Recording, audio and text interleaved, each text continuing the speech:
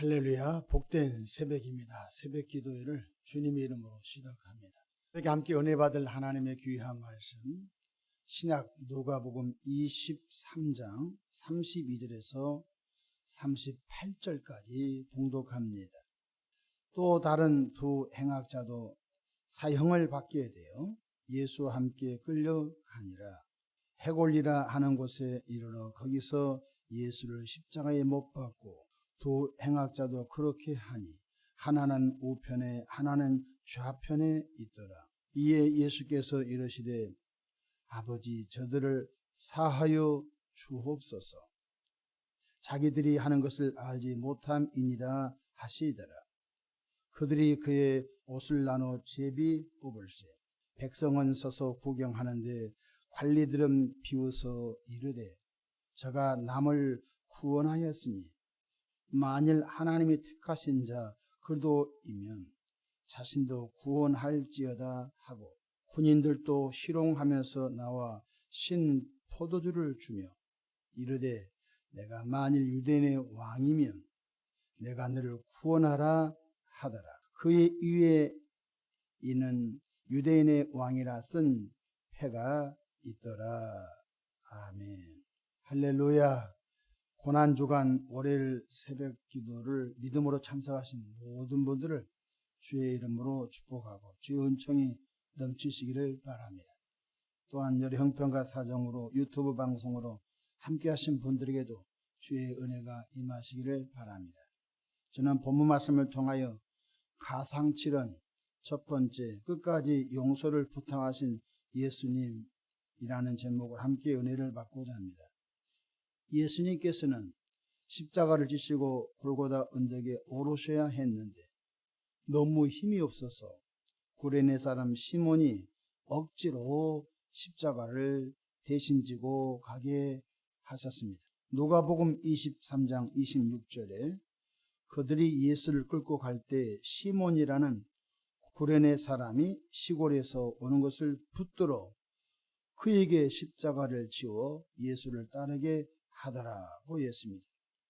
예수님은 십자가 지기 전날 밤 채찍에 맞으시고 머리에 가시관을 쓰시고 심한 고문과 고초를 당하시고 예수님께서는 몸이 파김치가 되셨습니다. 그 다음날 아침에 자신이 질 십자가를 지고 가야 하는데 도무지 갈 힘이 없었습니다. 그런데 그때 구레네 사람 시몬이 오는 것을 보고 너가 예수 십자가를 져라 해서 생각지도 못하게 시몬이는 예수의 십자가를 대신 지고 가는 은혜가 있게 된 것입니다. 그런데 먼 훗날 구레네 사람 시몬이 예수님을 믿고 전하는 복음 전도자가 되었다는 것입니다. 예수님께서 십자가 처형을 당하실 때 흉악한 두 강도도 함께 매달렸다고 오늘 본문에 기록되고 있습니다. 오늘 본문 32절 보십시다. 또 다른 두 행악자도 사형을 받게 되어 예수와 함께 끌려가니라.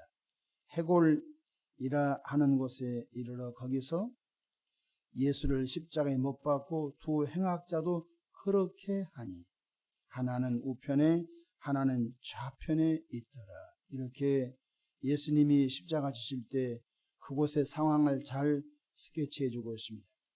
그런데 더 가슴 아팠던 것은 수많은 군중들이 예수님을 향하여 조롱하고 비방합니다. 오늘 본문 35절 보십시다. 백성은 서서 구경하는데 관리들은 비웃어 이르되 저가 남을 구원하였으니 만일 하나님이 택하신 자 그리스도이면 자신도 구원할지어다 하고 조롱합니다. 남은 구원하고 왜 자기는 십자가에서 저렇게 고통을 당할까?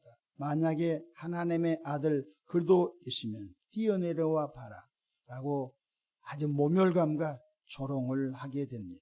36절에 군인들도 희롱하면서 나와 신 포도주를 주며 이르되 내가 만일 유대인의 왕이면 내가 너를 구원하라 하더라.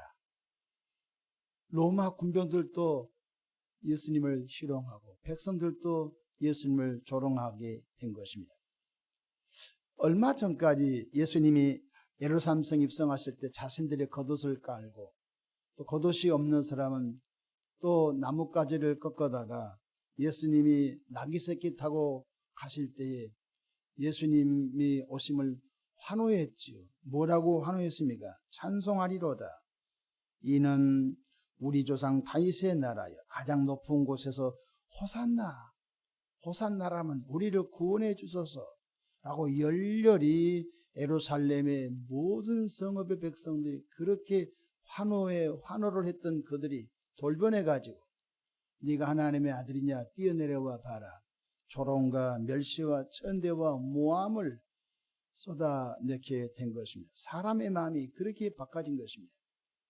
예루살렘성 입성하실 때 우리를 구원하라고 호산나 다윗의 자손 예수여 열렬하게 뜨겁게 환영했던 그들이 갑자기 돌변해 가지고 예수 죽이라고, 바라바 흉악한 죄수 바라바를 방면해주고 예수를 잡아 죽이라고 백성들이 그렇게 소리치고, 또 예수님이 십자가에 못 박혀 고통을 당할 때 그 누구도 예수님이 피 흘려 죽으심을 가슴 아파한 사람이 없었습니다. 온 백성들과 온 군중과 온 군인들이 조롱과 비방을 쏟아내게 된 것입니다. 이때 예수님께서 매달리신 십자가 위에서 뭐라고 하셨습니까? 하나님 저들에게 천벌을 내려주십시오. 이렇게 하지 않았습니다. 예수님께서는 성부 하나님께 끝까지 저들의 죄를 알지 못하오니 저들의 죄를 용서해 달라고 용서를 말씀하셨습니다. 누가복음 23장 34절 보십시다. 이에 예수께서 이르시되 아버지 저들을 사하여 주옵소서 자기들이 하는 것을 알지 못함이니라고 했습니다. 예수님이 십자가에 매달려 첫 번째 입을 열어 하신 말씀이 용서였습니다.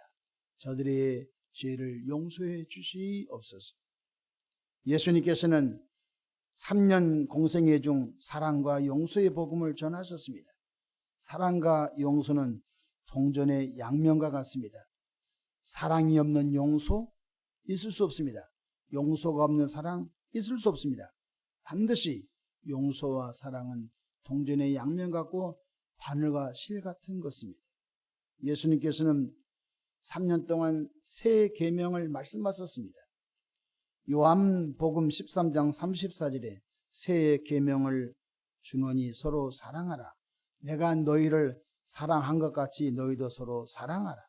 율법은 눈은 눈으로 보복하고 이는 이로 보복하고 귀는 귀로 보복을 가르쳤습니다. 유대인의 율법에 보게 되면 3번까지 용서해 주는 것입니다. 나머지는 용서 안 된 것입니다. 그런데 베드로가 뭐라고 했습니까?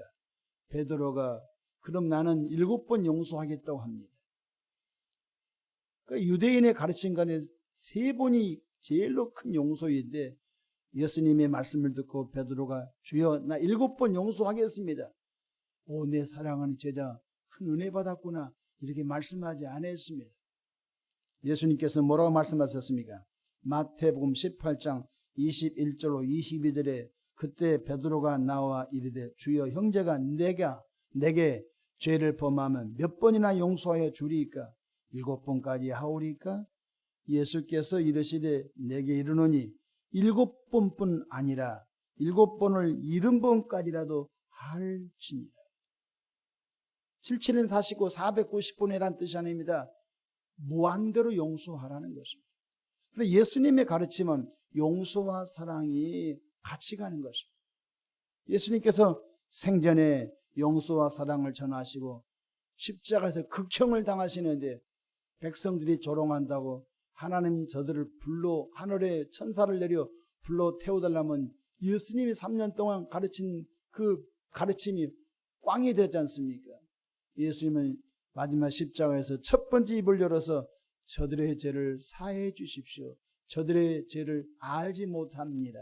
라고 성부 하나님께 조롱과 희롱을 하는 많은 이들에게 용서를 보여주신 걸 깨닫기를 바랍니다.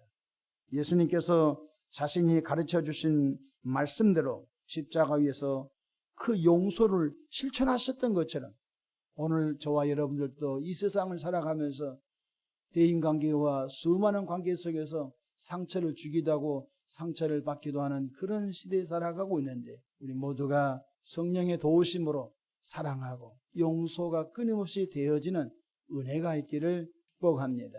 이 용서와 사랑이 없이는 이 세상이 하나님이 꿈꾸시는 세상이 될 수가 없는 것입니다. 뜻이 하늘에서 이룬 것 같이 땅에서도 이루어지이다. 주님이 말씀하셨습니다. 우리 대한민국 국민들 마음속에 예수님이 가르쳐 주신 저들의 죄를 사해 주십시오. 저들의 죄를 알지 못함입니다. 라고 하는 말씀을 마음에 새기면서 우리 모두 고난주간을 잘 묵상해 가기를 축복합니다. 기도하겠습니다. 좋으신 주님, 주님께서 갈보리 언덕 나무 십자가 양손 양발에 못 박히시고 많은 군중과 많은 군인들이 예수님을 조롱하고 비방하고 또 모함할 때 주님은 입을 열어 하나님 아버지 저들을 용서해 달라고 용서를 말씀하셨던 그 은혜가 우리 안에 성령으로 충만하기를 바랍니다. 우리가 살아가면서 수많은 관계 속에서 상처를 주기도 하고 상처를 받기도 하는데, 상처를 받은 때 우리는 상처를 준 사람을 용서하고, 우리도 부지간에 또 남에게 상처를 줬거든 용서를 구하는 은혜가 있게 해 주시기를 바랍니다. 오늘 진정한 그리스도인들을 통하여 우리 대한민국이 조금 더 성숙해질 수 있도록 복을 나려 주시옵소서. 감사하고 우리 구주 예수님의 이름으로 기도합니다. 아멘.